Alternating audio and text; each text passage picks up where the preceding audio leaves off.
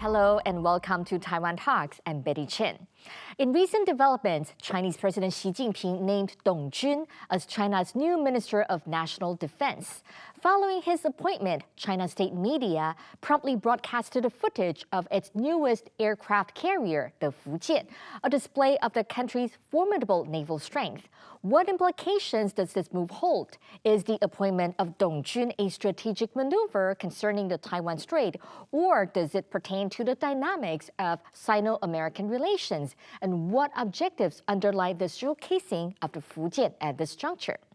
Joining us today are Chen Ming-chi, Institute for National Defense and Security Research CEO, and Liou To-hai, National Chengchi University Adjunct Professor of Diplomacy and College of International Affairs. A warm welcome to both of you on the show. Thank you. Firstly, let's examine the Fujian, which marks China's inaugural foray into a fully designed and also constructed aircraft carrier. The most recent footage unveils a notable feature: the presence of 3 electromagnetic catapults aboard the Fujian. This particular aspect of the Fujian is an exclusive category. So presently, only the United States Ford-class carrier are equipped with electromagnetic catapults, setting a high standard in naval technology. So let's start with today's conversation. First of all, how do you analyze the military capabilities of the Chinese aircraft carrier Fujian? Professor Chen. Well, it's at this point of time, it's still very difficult to judge how capable the Fujian can be. It's just finished the harbor test or the mooring test and going to the sea trial. So I think the aircraft carrier, the most important thing, the capability of aircraft carrier is on its air wings. Obviously, the new Fujian have an advantage over the Liaoning or Shandong. The main reason is that they use the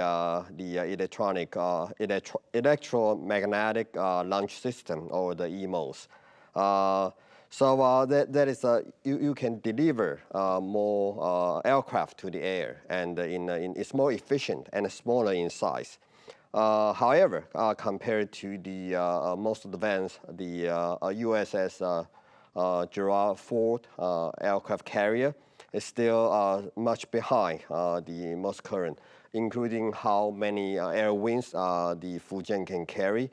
Currently, the USS Gerald Ford can carry nearly 90 aircraft on board. So I think there's still some distance, but it's undeniable that China is very speeding up its building of the Blue Navy capability. And Fujian is a part of this thing, so the whole world is watching. Mm-hmm. Professor Liu, what's your assessment? As we have already known, China in the past has been land power. So that means when it comes to the defense, most time it's kind of the defensive posture rather than offensive posture. But this time, China, with the Fujian aircraft carrier, China will be able to project its military capabilities far beyond its shores. It may even, carry this offensive mission, such as Guam or other places. First island chain, second island chain. That's for sure. They can do this now. So that's something a big advance for China. Let me second that. I mean, the 001 Liaoning have a range of 4,500 miles, and the Shandong have 9,800. So the Liaoning can, barely reach Malacca. That is the maritime choke point. So I think with this new Fujian has a range of 12,000. It can be more forward deployment. So it's make the PLA Navy a more formidable force in the world.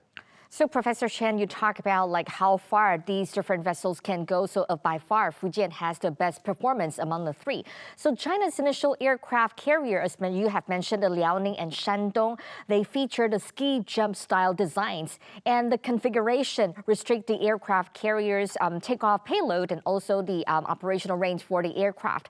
But in contrast, the Fujian emerges as China's inaugural flat deck carrier, signaling a very important strategic pivot towards enhanced blue water capability. So could you please tell us a bit more about the key elements and a strategic consideration? For example, like what you have said, like the distance, or in terms of the planning and design, what's so special about the Fujian carrier? Well, the whole world is watching the development of the EMO system on Fujian. The previous carrier, the ski jump carrier, can only, for example, the J-15 can only have 4 missiles on board. So the new system enable the Chinese Navy to have a more bigger aircraft and carry more payload. So that will be make it more efficient in the battle situation. The capability of a aircraft carrier, as I mentioned, is about the air wings. But now currently, China is working on the J-15. But we are looking, the world is looking for their, rumor has said that they are also developing a J-35. There will be the 5th generation aircraft. So, but there's still a rumor, remain to be validated. And also, you know, the world is wait and watch the whole situation. So, whether and it can be successfully for the J-35, and also how capable and battle ready, and how soon can that be battle ready, that is another story. Professor Liu, what's your view on this in terms of the design and planning? Yeah, as Professor Chen already mentioned about that, to be more specific, the Fujian aircraft carrier will enable China to carry a full fleet of aircraft, including patrol aircraft and the early warning and the control, plans. So in that case, they can enjoy or better, this kind of operational freedom, because in the past, U.S. and its ally enjoy the air superiority, but now China is able to move forward to beyond its shores. So in that case, the Chinese goal, of course, is push the United States back and back. Out of the first island chain and second island chain. So we know that the position, Minister of Defense in China, well, it's been there. We don't know who would be the next minister until now. So the Chinese government finally made the announcement that Dong Jun, who is the first naval officer to be appointed as the Minister of National Defense. So how do you see this move, appointing a naval officer to become the Minister of National Defense? This is very obvious and manifest that Xi Jinping wants to focus on this region, Indo-Pacific, of course, in particular East Asia, because in this region we have not only the Taiwan Strait crisis and the Sino-Japanese territorial dispute and South China Sea.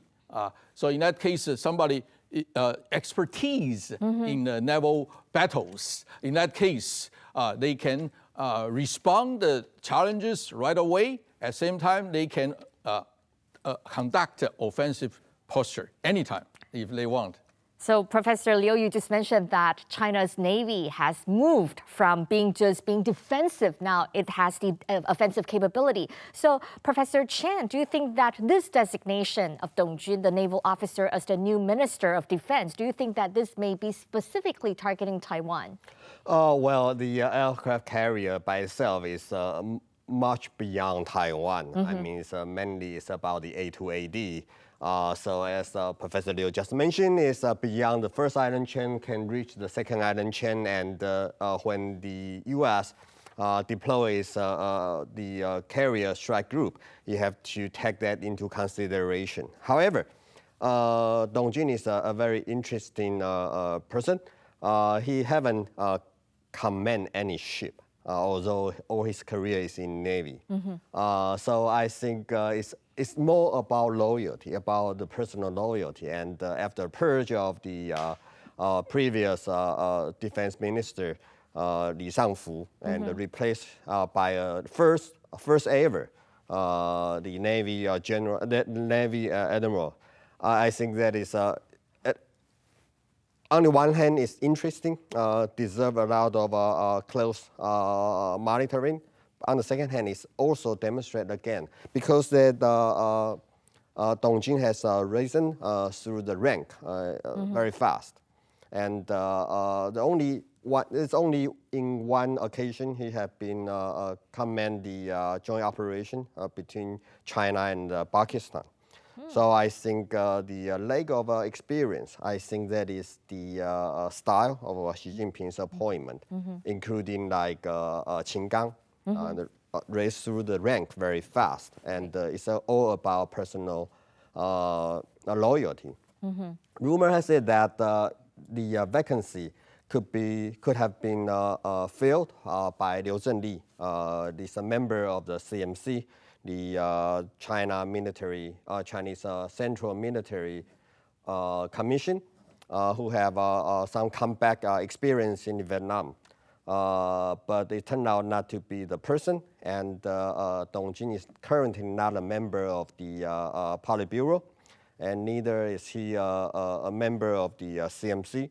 So I think that is a very interesting development. Just a quick follow-up question. Do you think that the appointment of Dong Jun is something expected, or is it a surprise? It's more a surprise, I would think. But in reality, the defense minister in China play a lesser role than the member of the CMC. His main task is to communicate with the outside world. The previous Minister of Defense, Li Shangfu, is mainly it's a communication channel, mainly with the U.S. And since the U.S. has sanctioned him on his role to help the Russian army, so he got sanctioned, and so that is not very effective. And the removal and the new appointment probably is symbolized that China is willing to communicate with the U.S. With U.S. So a follow-up question for Professor Liu. So Professor Chen mentioned that the role of the minister is used by China as a way of communication to the United States. Do you think that Dong Jun will play this communication role with the United States? Yeah, I think so, because as we just mentioned about, this new appointment does not really reflect or relevant to Taiwan very directly. I believe it's very directly to South China Sea issue because currently Filipinos do not accept China's territorial claim. Yes. So that is why they have tried to have kind of the clashes with China. Of course, with the backup of the United States. So that is why his role is very important to engage the United States, try to fix this challenge. So in that case, I think that he's a good representative in that case. So following Dong Jun's appointment, the CCP swiftly released the latest image of the Fujian ship. So the timing of releasing this kind of information, what's the purpose? Why right after the appointment of the new minister, Professor Liu? Because now it's a very good timing for China, because the United States... PR, right? Yeah, another important thing is the current situation. Right. U.S. have engaged in both the Russia-Ukraine war and plus the Red Sea crisis. So it's tied up. The hands are tied up. So in that case, China, appointed Dong Jun. In that case, he can communicate with United States and also impose the pressure on the United States. U.S. Secretary of Defense, and how is it in hospitalized? So in that case situation, so a lot of things is not good in the United States, but good for China. China needs to take this real chance to window of opportunity. Yes, right? Force U.S. to make some concessions. Yes. What about you, Professor Chen? Well, yeah, the linkage could be. I mean, it's also a PR gesture, but also I think it has its own internal logic. The Fujian is finishes but has the mooring task. Is going to the sea trial. I think this is a good timing to show that the U.S. is not the only country who have the EMO-equipped aircraft carrier. China also has the capability to do so. I think it's both serve the purpose to promote Dongjun and also promote the PLA Navy's gesture, the status in the world. So definitely, Professor Chen, both professors have talked about the importance of EMO. So additionally, footage released by CCTV showing a J-15 fighter jet parked on the deck of the Fujian that has sparked much discussion. It is widely anticipated that the Fujian will test launch the J-15 using the electromagnetic catapults. So what if this unfolds as expected? What impact will it have on the Taiwan Strait and on the broader Indo-Pacific region as a whole? Professor So in that case, that will pose a more strategic threat to both Japan and United States. Because Japan is in this region, our neighboring state, and U.S. has to go at least from Guam. So in that case, China equipped with this projecting capability and respond quickly, that will make both Japan and the United States to reconsider whether they will take military actions against China. Professor Chen, what's your assessment? Oh, well, although Fujian is still some time to be fully operational, but the gesture is very clear that China is very ambitious in building its blue water navy, and the regional country is no comparison. Actually, China is building its navy in a very fast speed. It's actually aiding a size of a French navy every 4 years. So that is, in that speed, it's number one in this region, and U.S. have to think twice before it step into any scenario in around this area, in the Indo-Pacific area.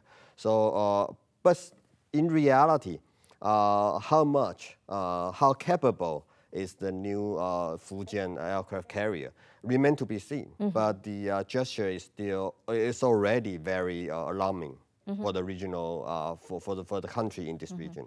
So talking about a regional situation and also the competition between the United States and China, 2 days after the CCTV reveals the front view of the Fujian ship, a photo of a Philippine military plane landing on a U.S. aircraft carrier during a joint U.S.-Philippine military exercise was disclosed by Philippine media. So does this represent a form of one-upmanship between China and the U.S., showing muscles, like which one is better, which one's bigger? Professor Chen? I don't think that is targeting the launch of the Fujian have finished one stage of this test and going to the next stage. However, the U.S. allowed this, the media disclosure of this photo means that the presence of the United States is here. And also to demonstrate the cooperation between the Philippines and the U.S. in this region, and also send a warning signal to China saying that you should not bully your neighbor in this area. So that is a main signal that the U.S. want to send to China. But it's not really a aircraft carrier to aircraft carrier, because it's still, as I mentioned, there's still some time before it can become, the Fujian can become fully operational. Professor Liu, what's your take on this? I think at this moment, in addition to United States, Professor Chen already mentioned about, actually last year, Japan has greatly enhanced its security collaboration with Philippines, Vietnam, and Indonesia, with providing particular patrol boats and other kind of military equipments.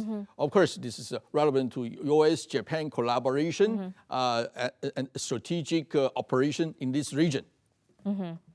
So China is actively constructing its fourth aircraft carrier. According to the latest report from RFI, U.S. commercial satellites have captured images of a new construction in the Taklamakan Desert in southern Xinjiang, China. And the construction is a target in the shape of an aircraft carrier, replicating the United States' most advanced carrier, the USS Gerald R. Ford. So the Fujian is expected to enter into service in 2025, and the fourth aircraft carrier will be operational by 2030. So in the context of the race between Chinese and American aircraft carriers, how significant is Xi Jinping's pursuit in terms of posing a threat to the United States? I seriously doubt that Fujian can become fully operational by the year of 2025. The Gerald Ford, USS Gerald Ford, took 4 years to become operational, and I have seen through a lot of so-called post-delivery tests and trials, and a lot of things have to be adjusted, and the Navy soldiers, the sailor have to train, so it still takes some time for them to become battle ready. The USS Gerald Ford was delivered in the 2017, and become the first deployment is until 2 years ago, 2022. So it takes some time. And let's not forget that currently U.S. have 11 carriers, and they have a smaller 9. The amphibious landing vessels, we call the, you can call it a carrier light. So in total, they have 20 ships that is operational. So according to Naval's 3-3 principle, that 1/3 of the similar ship will be in the maintenance, and 1/3 will be in training, and 1/3 ready for deployment. So even if China has the 4 carrier, there will be, by the year of 2030, it will be only 1 to 2 aircraft carriers operational, ready for deployment. So I think this is something they have to factor in. However, probably not a direct threat to the U.S., but it will put pressure on the U.S. in the Indo-Pacific region. And also, probably U.S. will not be able to conduct FONAP, the freedom of navigation operation, as freely as before, because China, instead of guarantee the freedom of navigation, its aim is to enhance its capability to maintain its territorial claims, and especially within like South China Sea and the maritime choke point. So I think that's very different. It's probably until 2028 Fujian can be operational, and if there is the 4th carrier, it will take longer time. And let's not forget, it's very expensive. To build is one thing, but you have to spend probably 10 times on operating a carrier. Given the China's economic situation, I'm doubtful that even if China finished the 4th carrier, and how much will it be able to spend on keeping it fully operational? Let's not forget, I mean, before the collapse of Soviet Union, they have several aircraft carriers, but because of a lack of budget, they have to put several in the port rather than deploy in the world. So a quick question for Professor Liu. Given the current status of the Chinese aircraft carrier, we know they have this kind of capability. What preparations can Taiwan make in response to the rising naval threat from China? I think we have already engaging in submarine build-up because, according to Australian analysis, they believe China will be able to deploy a large carrier combating group, including submarines and nuclear-powered, aircraft carrier by 2040. So at a time when AUKUS, will be ready. Let's go back to the carrier again. I mean, the number 3, 003, is a conventional steam power.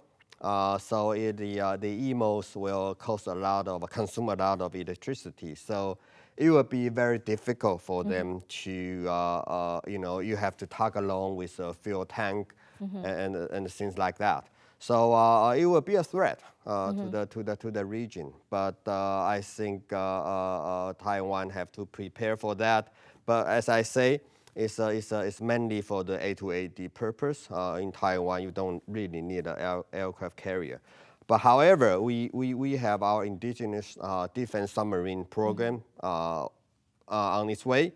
So that is so-called the aircraft carrier killer from under the water. Oh, no doubt that Fujian will be equipped with the first-class anti-submarine equipment. But however, there's a lot way to be seen. And also, as Professor Liu mentioned, AUKUS, Australia, with the help of the United States, is going to have a nuclear power submarine. I think that is a threat to the aircraft carrier. However, we can see more of this race between different, AUKUS, Japan, Taiwan, South Korea, and China. I think there is a lot of geopolitical tension in this region. Definitely, we have to keep watching the development of the situation in our region. Thank you for watching our show today. If you like our show, please click on YouTube and subscribe to our channel. Stay safe and see you next time.